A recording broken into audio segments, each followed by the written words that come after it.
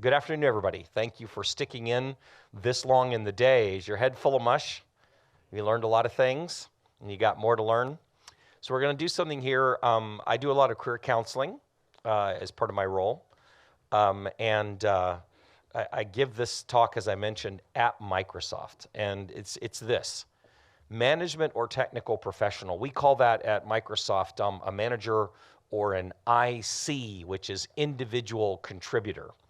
But it just means a worker. That just means you're not a boss. And luckily, Microsoft has sort of recognized that you can be a technical professional and still get promoted without being a manager. So there is that dual path. But in a lot of companies, that's not true. So we'll talk about both the company and what you need to think about on the company side, and we'll talk about the people. This is going to be 20 minutes long, so let me put 20 minutes on the clock here. I use presenter view. I'm not sure if you do that. Well, I say that I'm going to put 20 minutes on the clock. Did we lose the screen? Okay, we lost that one. Oh, here we go. We're back. All right. So we're 20 minutes on the clock. The first thing I want to talk about is the importance of a good manager. Good managers are rare. Good managers are actually very rare. How many of you have had a bad manager? Okay, every hand should pretty much go up. How many have left the job because the manager was horrible? Yeah, absolutely. So we've all had bad managers, but good managers are super important. And I really don't understand a lot of times why companies don't get this. But the idea is that a good manager basically sets the success of what you're trying to get done, both the planning and the implementation of what you're trying to get done. That's driven by your managers. Your workers do. Your managers should be strategic. So strategy and tactics. Tactics are the things you do to realize a strategy.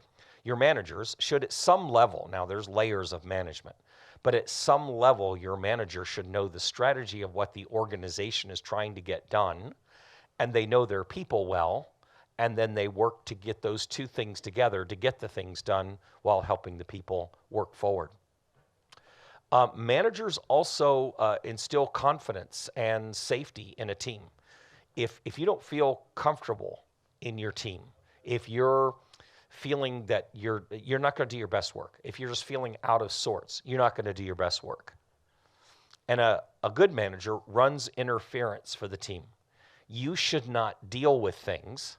You should do your job. How many of you have to deal with things that have nothing to do with your job? Everybody can raise their hand. Because we all do that. Your manager should be running as a blocker to make sure that doesn't happen. They should clear the path so that this happens. So when we see this, the last thing here is when I manage, I always tell my teams this.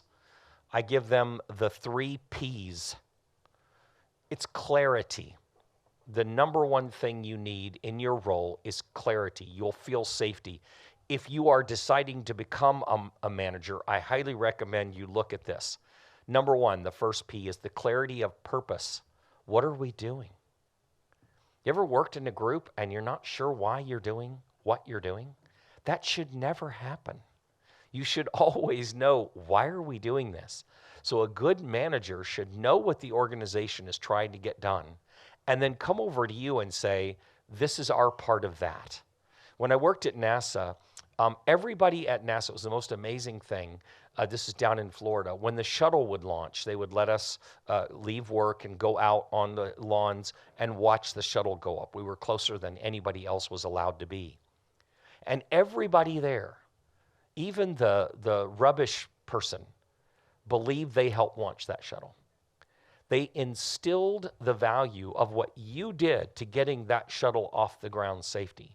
There was 1 million signatures required to get sign-offs, required to get a space shuttle off the ground, 1 million. And everybody had the ability to say, no, it shouldn't go up. So you felt personally responsible if that shuttle didn't go up or did go up. You felt proud. And I did computer systems. I was working on a mainframe at the time, and I felt I helped launch that shuttle. They were able to instill that. The next clarity that you need to provide, and when I say clarity, that means your people understand that this clarity exists. In other words, I should be able to come to any of you and say, hey, why do you do what you do at your company? And if you're like, dude, they write me a paycheck and I do what they tell me. If that's your purpose, it's not a great purpose. It's an okay purpose, by the way. Sometimes you got to feed the bulldog. I get that. But you need to know why you're doing what you're doing. Next is the process, the clarity of process. And this means, how do we do our job? Like, why are we doing this?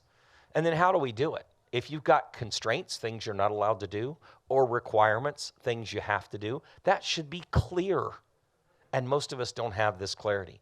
And finally, this is a big one. You need to know who does what.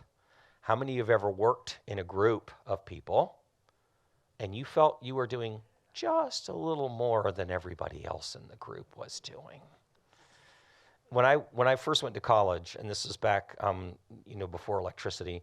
When I first went to college, they started these group projects. How many of you had group projects in school? You had these? I hate these things. I hate them so bad.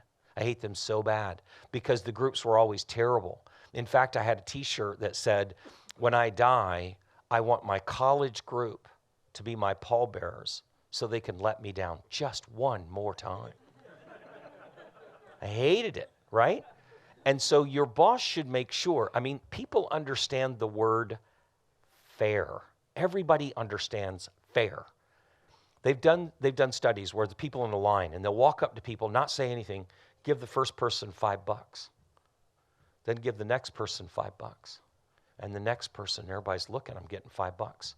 Halfway down the line, they give somebody $50, and then they give everybody else $5, and then they walk off, and they film this. And pretty soon, everybody hates the $50 guy. Why do we hate what did he do?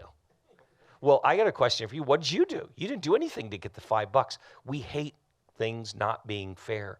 It is remarkable to me that managers don't understand that fairness is a basic human trait. In fact, you can do it with monkeys.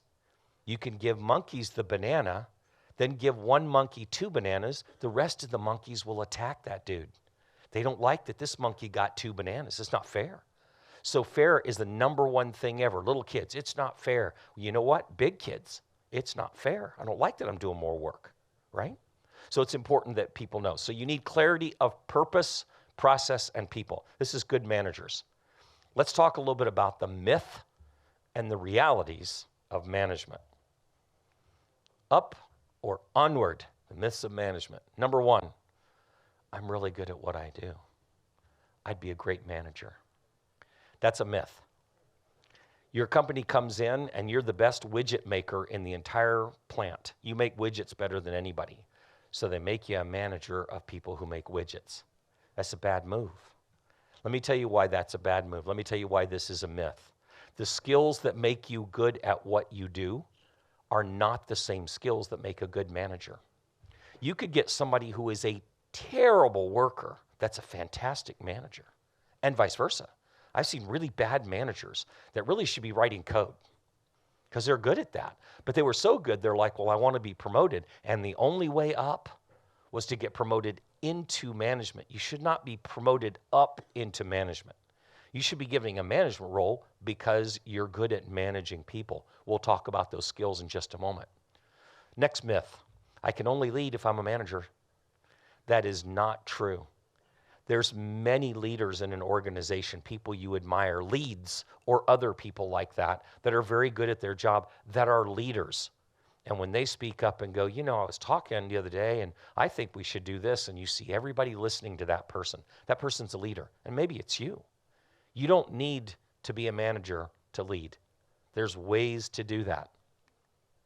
Next, if I really want to progress in my career, I probably need to be a manager.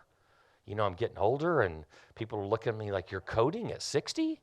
Who cares what age you are? I don't care what age you are. Can you write code? Then I want you on my coding team. Who cares? I don't want you to become a crappy manager when you're a great coder. Go code. That's okay. You do not need to progress in your career to be a great manager. All right, let's talk about this decision then. We've talked about what a great manager is, and we've talked about some myths of management. Let's talk about knowing yourself. These are some hard things that you need to understand. So we're going to get real here for the next few minutes so that we can show how this sort of works. Number 1, own your choice. I'm going to give you a choice. You get work you enjoy, recognition for your individual efforts, and limited responsibility, and rewards and promotions based on your own efforts. That's choice one. Choice two, you're going to develop somebody else. You're going to get recognized for your group's successes. You're going to get responsibility that is your team, not just you. And you're going to get rewards and promotions based on other people's success. Which one do you like? If you like the first one, please, by all means, do not become a manager. Become what you're supposed to be. Become a really great worker. If you love helping someone else, if you get joy out of other people doing well and watching people grow. I've got a couple of people that were working for me that are now managers. I've got one that was working for me, is now a bigger manager than I was when they were working for me. And I love that. I think it's amazing. I get a thrill out of somebody else doing well. If that's not you, don't be a manager. If you like succeeding on your own merits, work, don't manage. Everybody with me? This is the real here. This is the choice you really have. Only you know the answer. So don't fall into the myth, yeah, but I want to get promoted. Don't do it. You'll just be one of those bad managers that we all raised our arms that we had, and you'll be one of the bad managers that people leave. People don't leave companies. They leave managers. All right, so how to become a manager? What do I need to do to be a manager? Well, you need some skills. Skills and traits. So skills are things you can do. Traits are things that you are. So let's talk about a few of these. First of all, you have some hard skills. These are things you need to learn, like you learned to code or restore a database or be a data scientist, whatever it happened to be that you learned. Those are hard skills. Soft skills are more traits. And if you don't have them, you shouldn't be a manager. You with me? Here we go. First, you need to know how to do planning and organization. There are classes for this. There are courses you can take. There are certifications. It's not something like, I'm good at planning. No, you're not. Have you been to a course on planning? Do you know how to do a work back schedule? Do you know how to plan work and do those kinds of things? If you don't, go learn how. This is a hard skill you can go learn. Organization. Well, I've seen people, by the way, that were very organized at work who you can't get in their car because of all the stuff they have in their car, right? That's fine. I don't care if you're personally organized, but I need to know that you're organized at work. Because if you're not, you're going to be frazzled and driving your people crazy. Time management. This is huge. This is absolutely huge. It's the number one thing in your day. If you don't do good time management, if you don't know how to do time management, you'll end up burnout. You'll end up frustrated at your people. You'll end up with your people not liking you, and you won't have the clarity of purpose, process, and people that you need to succeed. You can go learn how to do time management. We don't have enough time right now to go over that, but you can find that. Next, you need to learn how to set goals. As a manager, you're not going to be told, this is success. You're going to be asked, what is your group's success metric? And you're thinking, well, I don't know. And you look at the boss and you say, well, what should it be? And they'll go, I don't know. That's why you're the manager. You know our organization's goal. You need to get us to that goal. Next, you need to know how to solve problems. We're all problem solvers, but you need to know how to solve problems. That is a skill that you need in management.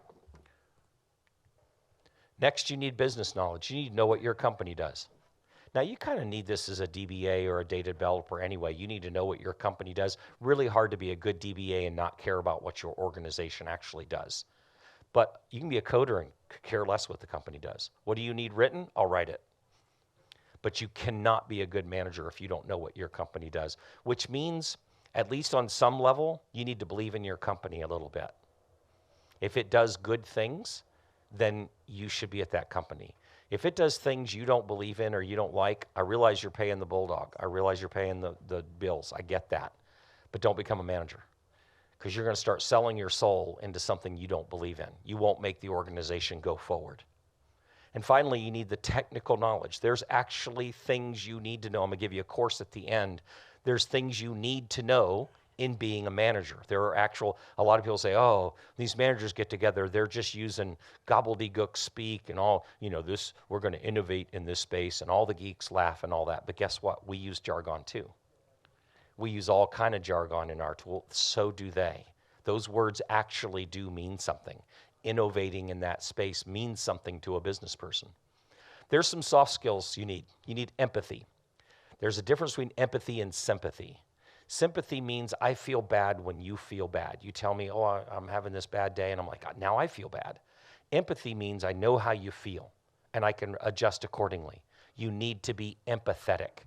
If you're sympathetic, you'll end up being useless to your team. You need to be able to take in the junk and go, okay, I get it. Let me spread this out and look at it. I got it. Okay, here's what we need to do.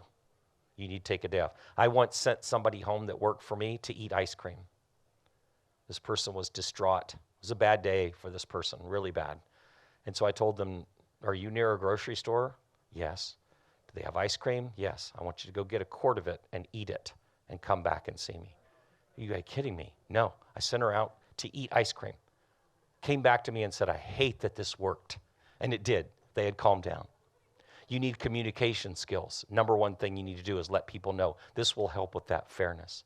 You need to be able to coach someone. Coaching means, no, you're doing that wrong. Right there, perfect. That you've got it. You need to motivate. You need to let them know, this is great. Here's some things we need to do better, but you're doing a great job here. That's part of the motivation.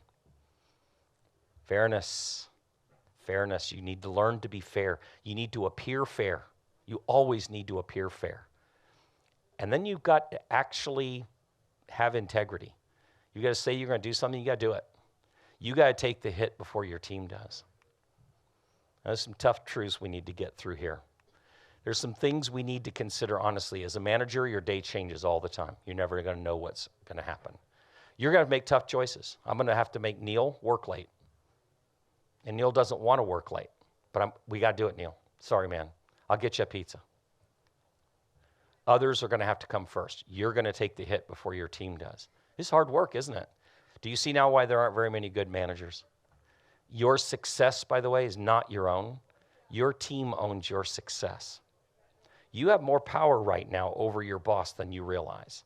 You really do. If you do a terrible job, they do a terrible job. You're going to have far more work time than you ever thought. And you're going to do a lot more administration, and you're going to be a lot less technical.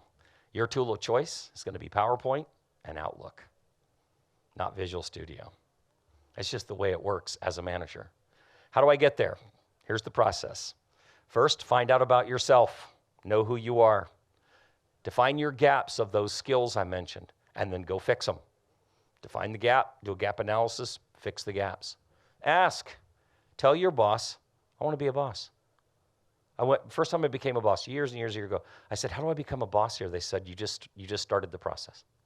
What? I could just ask? You just ask. We put you on the bench, we start working, and you become a boss. Network. More people you know, the more options there are that you're going to become a boss. You can also just use your typical searches. It's not just going to show up because you're a good person. You got to do some work to find these. What are your responsibilities? You're going to notice the strengths in your team, create a mental health strategy, foster their learning, create an open environment for learning, communicate all the time. Learn active listening. Take a picture of this phrase. If you don't know what that means, go look it up. It's an actual term, active listening. Sorry, let's go back for that real quick. Active listening, if you need that picture. And we're almost done here. Okay. Last thing. There's some resources you have. LinkedIn Learning. I realize now this should have been higher up. Let's see how much time I've got. I'll actually fix it. Hold on. We'll do this real time. He said confidently. No, I won't. Okay, hold on. Let me just put it back on there. Sorry about that. Ugh. I was trying to fix it real quick, and that you never do anything quick. Here's the recap. Can y'all read that? Hopefully you can read that. How much time we got? Like 30 seconds? 2 minutes. Oh, we got plenty of time. Okay, last slide here, resource. Sorry, I put this on the bottom. I didn't realize the screen was going to be so low. So LinkedIn Learning Paths Become-A-Manager. Great place to get started. Great place to get started. There are others. You can find books and so on. I've just found this one to be, I try to curate the best things. If you want to become a manager, I want you to be a manager. I just want you to go in clear-eyed because I'd like to work for you. I'd like to work for good managers. I've been a manager. I've been an individual contributor. It is infinitely harder to be a good manager than it is to be a good individual contributor because you are relying on the success of others. Super hard to do. All right, that's all we've got time for today. I'm happy to chat with you more after we get done and at the booth there at Microsoft. I'll be delivering this again tomorrow. If it was too quick for you today, you can come back and hear it again. Thank you, everyone, and enjoy your next session.